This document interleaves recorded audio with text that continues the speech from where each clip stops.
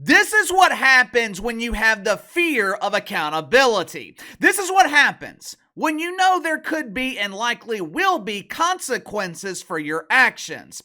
Or, in the case of the ladies on The View, this is what happens when you know you are going to be held responsible for your lies. You know, one of my biggest problems with the New Orleans Pelicans, and this is a problem throughout the NBA, hell, it's one of the biggest problems throughout the mainstream media. And it's the reason that both the media and the NBA are struggling to draw an audience. There is a complete lack of leadership, which leads to a complete lack of accountability. I'm sure you guys have heard the old saying, when the preparation age is put away, the butt bongo will play. There's a lot of truth to that statement. When people know that they are being monitored, when people know they are being held accountable, when they know there are consequences to their actions or their lack of action, they are more likely to do what they're supposed to do, what they're paid to do. Right now, there is no accountability in the NBA. We are almost 2 months into the regular season. Kawhi Leonard, he is yet to play a single game. Zion Williamson's played, I think, 6 games this season. First game of the season, opening night in New Orleans, Zion refuses to play because he's got a cough. Brandon Ingram, he looked good last night during pregame warm-ups. He's running, he's cutting, he's full of energy. 30 minutes or so before tip-off, either the Pelicans front office or Brandon Ingram decided that he ain't playing. But it doesn't matter to BI, doesn't matter to Kawhi. Their paychecks will be deposited Friday whether they play or not. There are no consequences in the NBA for players who refuse to play basketball, even though they are paid millions of dollars to play basketball. For years now, there has been the same lack of accountability in the mainstream media. Think about all the slander. Think about all the propaganda that we have seen in the media just in the last few months. The doofus host on the Morning John on MSNBC claiming that the Trumper is the new Adolf. Back in July, after the Great Orange Hope was attacked in Butler, Pennsylvania, MSNBC was so worried that John Scarborough and Mika Bazooka would say something stupid, they refused to put them on the air. The Yentas on The View, they were whining and complaining about the Trumper rounding up the media and putting them in summer camp.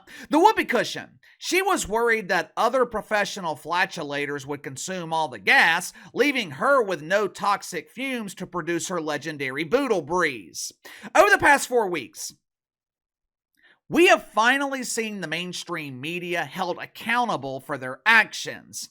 MSNBC has lost half their audience. Woke welfare collectors at the Cemetery News Network, they are worried about their careers being buried in the woke cemetery, right next to the career of the donut diva, Brian Stelter.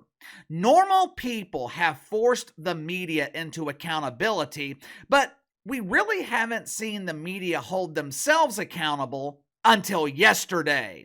Yesterday morning on The View, producers at ABC, they finally forced the Yentas to be responsible. And when I say forced, I mean it was forced. As you're about to see, Sunny Hostin, she was less than pleased that she was finally being forced to admit The View is full of shit. If you haven't already, make sure to like and subscribe. You can follow me on Twitter at KC_BTL84. Let's get to the sponsor for today's video, my good friends at Fluffer Noggin. It's the holiday season, which means it's time for stuffing faces and arguing with family disgraces who watch the Yentas on The View. Over the next few weeks, you'll be eating turkey, you'll be eating ham, but one thing that often gets overlooked during the holidays, the snacks. I've got the snacks covered for you this year with Fluffer Noggin. Now you're probably thinking, what the hell is a Fluffer Noggin? Fluffer Noggin produces craft beef jerky made with 100% organic brisket right here in America. You don't have to worry about consuming cows raised by Mahmoud on a farm halfway across the world. Fluffer Noggin's cows, they are bred and raised right here in the USA. Fluffer Noggin beef jerky is soft and tender, doesn't require the usual dental work after consumption to remove the tough pieces stuck in your teeth. Fluffer Noggin comes in a variety of flavors ranging from sweet, savory, spicy, and sometimes all the above.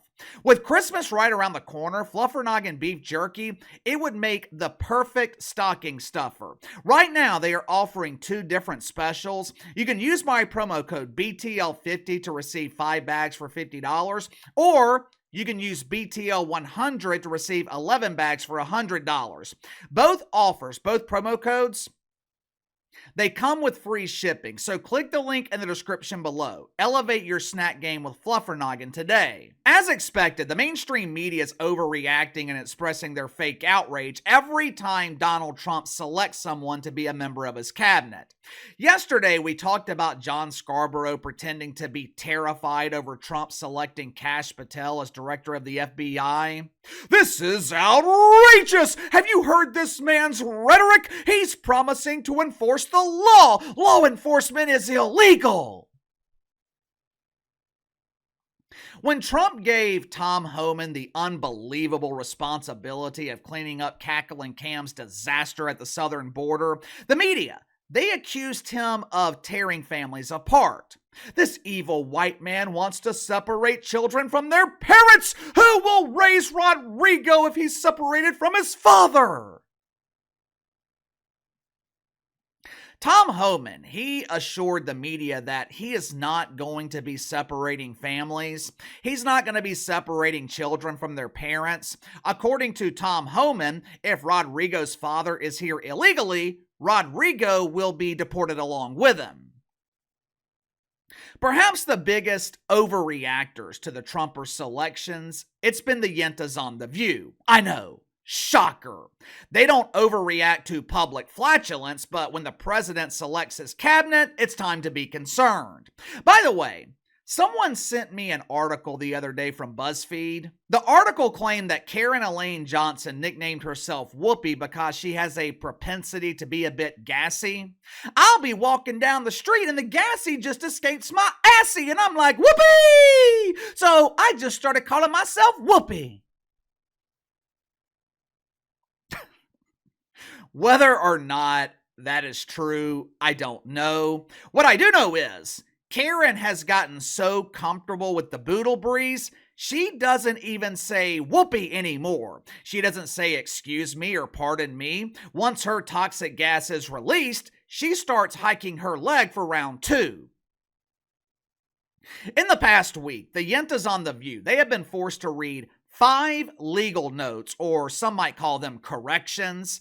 They have been forced to read 5 legal notes on the air, which added clarification to things they said or pesky details they conveniently left out. In one episode before Thanksgiving, the ladies had to read 4 of these legal notes in one episode. 4 in one episode. I bet that was entertaining. Hey, it's me, Sunny. Trump is the modern day Adolf. Correction, I, Asuncion, do not actually believe that Donald Trump is the modern day Adolf. I was just saying that to get a reaction, and now my producers are forcing me to apologize.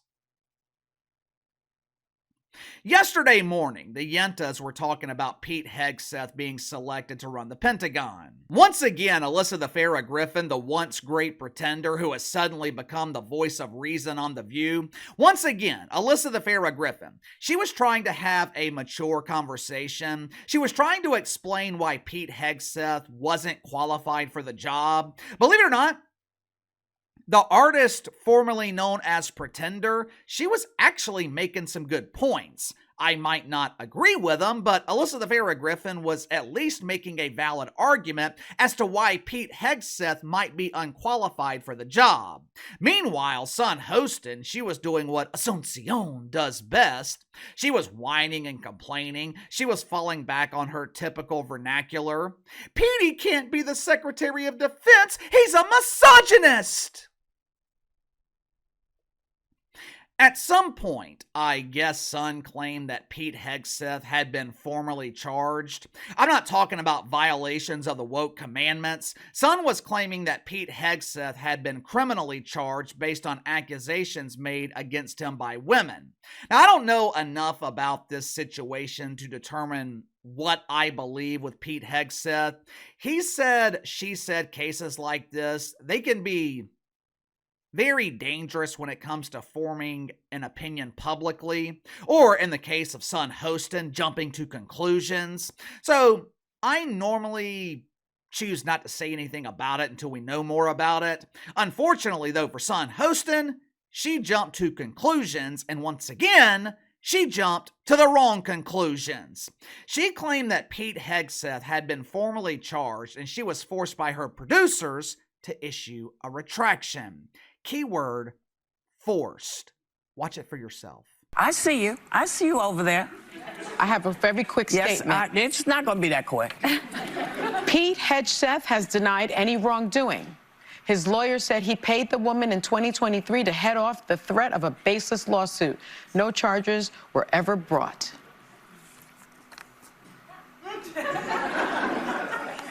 You rushed me for that? First of all, I know I'm not the greatest with math, but were we missing a yenta? I saw and smelled the whoopee cushion. Obviously, Sunny Hostin was there. I saw Alyssa the Farrah Griffin. I saw the lady who I think is married to the Pepperidge Farm guy. But I didn't see Big Red Joy Behar. Where in the hell was Big Red? It's not like you can miss her. You can see that supersized dome in New York City all the way in Los Angeles. I guess Big Red was inspired by NBA players, maybe? I guess she decided to get paid not to show up to work? It was abundantly clear. Sunny Hostin was not pleased reading that statement.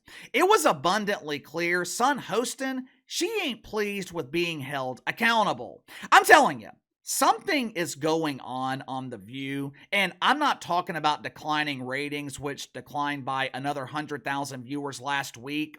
Something weird is happening with this show. In the past month alone, we have seen numerous cat fights. We've had 5 instances where the ladies were forced to admit they were essentially lying. Something is up. Something is up. I don't know what it is, but something is going on here.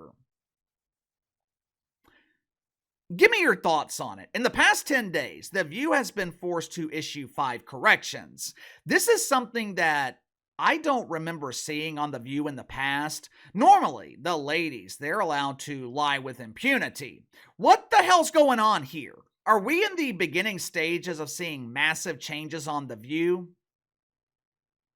You tell me. Sound off in the comments below. Best way to contact me is through email, btlkc84@gmail.com. I'll see you guys later.